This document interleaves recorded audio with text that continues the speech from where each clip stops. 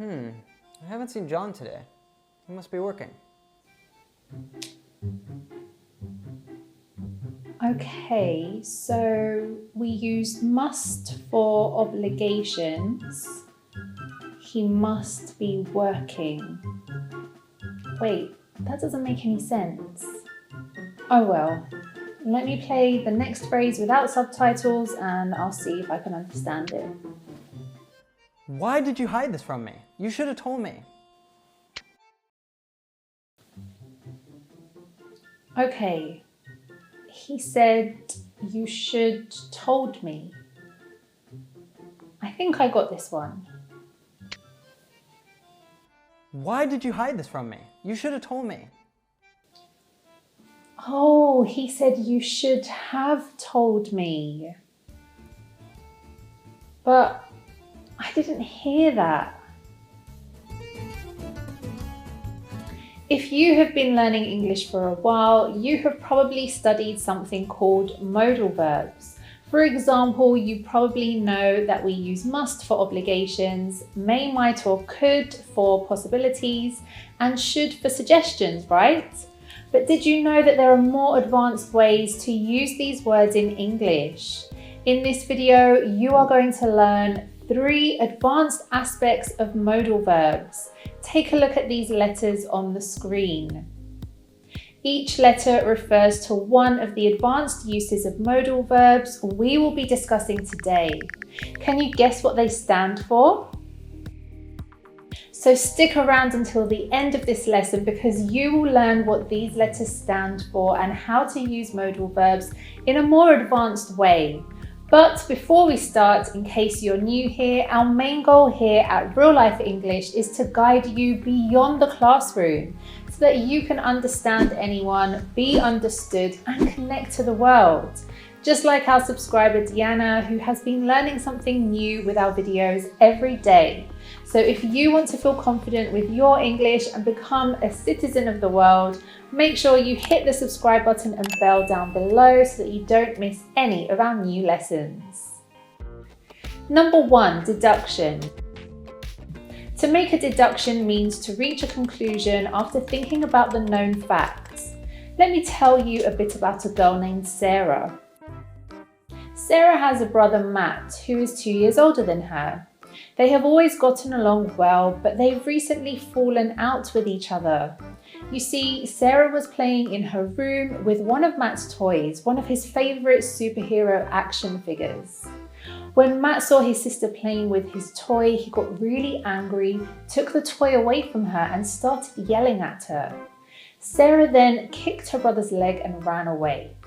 Furious, Matt yelled again, "I'll never play with you again." However, you walk through the park one day and see Sarah and Matt talking and laughing. They seem friendly towards each other. They're playing together and Matt even hands his favourite superhero action figure to his sister. What can you deduce from this? They must be talking to each other again. They may be talking to each other again. They might be talking to each other again.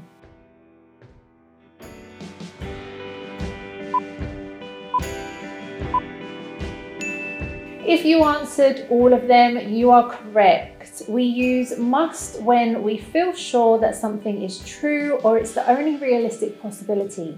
In this example, I gave you some facts and background information about Sarah and Matt, and based on this information, you could deduce that they must be talking to each other again.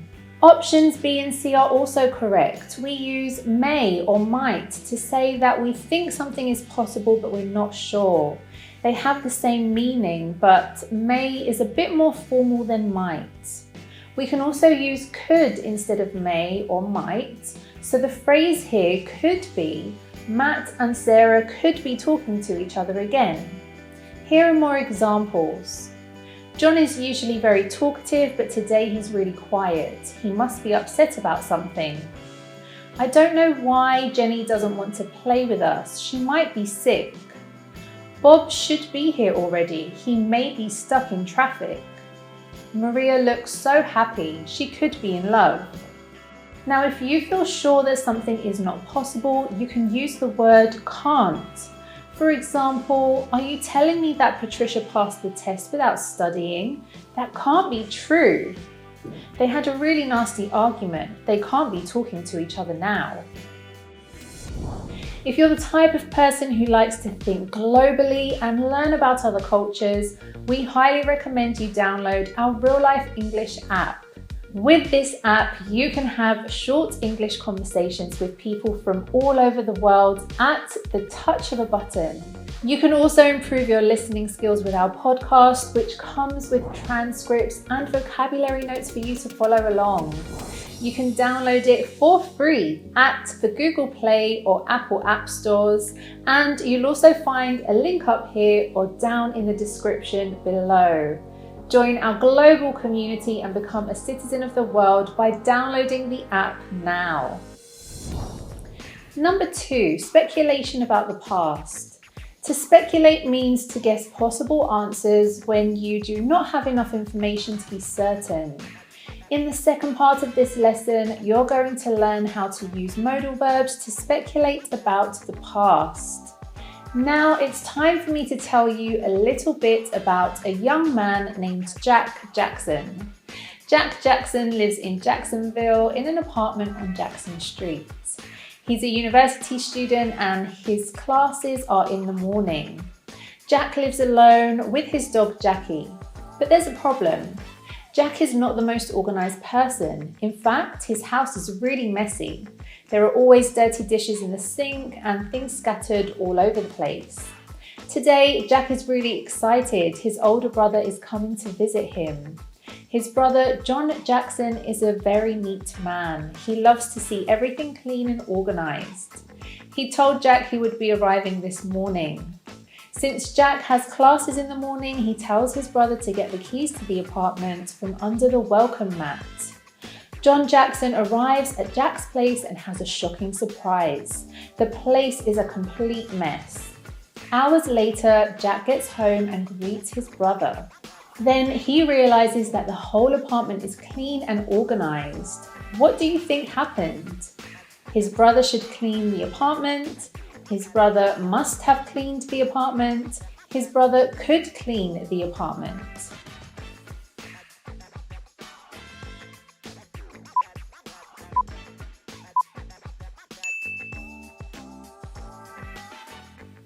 If you chose option B, you are correct. We use must have plus past participle when we feel sure about what happened. In this example, with all the information we know about Jack, it's fair to assume that his brother was the one who cleaned his apartment. And we can say this with a lot of conviction, given that we know about the situation. Now, if you don't feel so sure about what happened, you can also say, his brother may have cleaned the apartment. His brother might have cleaned the apartment. His brother could have cleaned the apartment. On the other hand, since we are sure Jack didn't clean his apartment, we could say, Jack can't have cleaned his apartment. Here are more examples. You can't stop talking about this movie. You must have really liked it. I wonder why Melissa isn't here. She might have had to work late. I just saw the dogs. They can't have gone too far. Number 3, pronunciation. In the final part of this lesson, we'll discuss how native speakers usually pronounce phrases with modal verbs in the past. Let's go back to the phrase, his brother must have cleaned the apartment. Many times we contract the word have, so we usually say, his brother must have cleaned the apartment. But there's another way we say this phrase, his brother must have cleaned the apartment. It's very common to hear that in movies, especially when people speak fast. The word have gets so reduced that it becomes a schwa sound, So we say muster. This is very common in American English. The same thing happens to the words might and could. His brother might have cleaned the apartment becomes his brother might have cleaned the apartment, which then becomes his brother might have cleaned the apartment. Let's try it now with the word could. His brother could have cleaned the apartment becomes His brother could have cleaned the apartment, which then becomes his brother could have cleaned the apartment. If you're still watching, congratulations, you've made it till the end of the lesson. So you are on your way to becoming a citizen of the world. As a thank you, I will give you one last bonus tip. But before that, we want to see how many of you made it till the end. Leave a comment down below with the hashtag #AhYeah so that we know how many of you enjoyed today's lesson. This will help us keep creating more relevant lessons for you.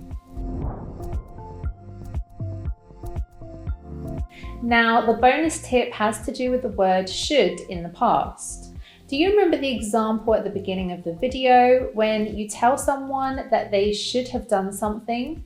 You express that you disapprove of something they did. In this example, our main character expresses frustration because the other person didn't tell him something. Why did you hide this from me? You should have told me.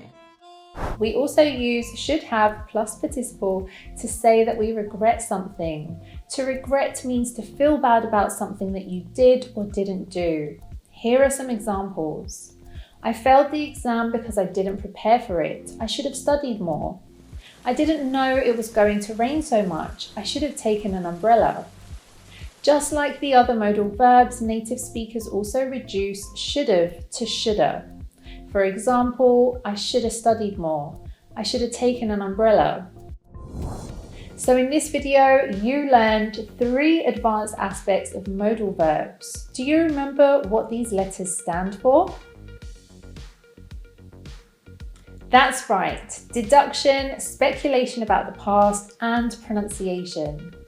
If you enjoyed this lesson, make sure you share it with a friend who's also learning English. And if you're looking to keep learning, I recommend you try this lesson next. I'll see you in the next one. In this lesson, we'll learn how to apply features of connected speech to our questions. Connected speech is how we cut and connect our words so that we can make our speech flow more naturally. To illustrate this, I'll say this sentence first without connected speech and then with connected speech. I went on a trip with a friend of mine.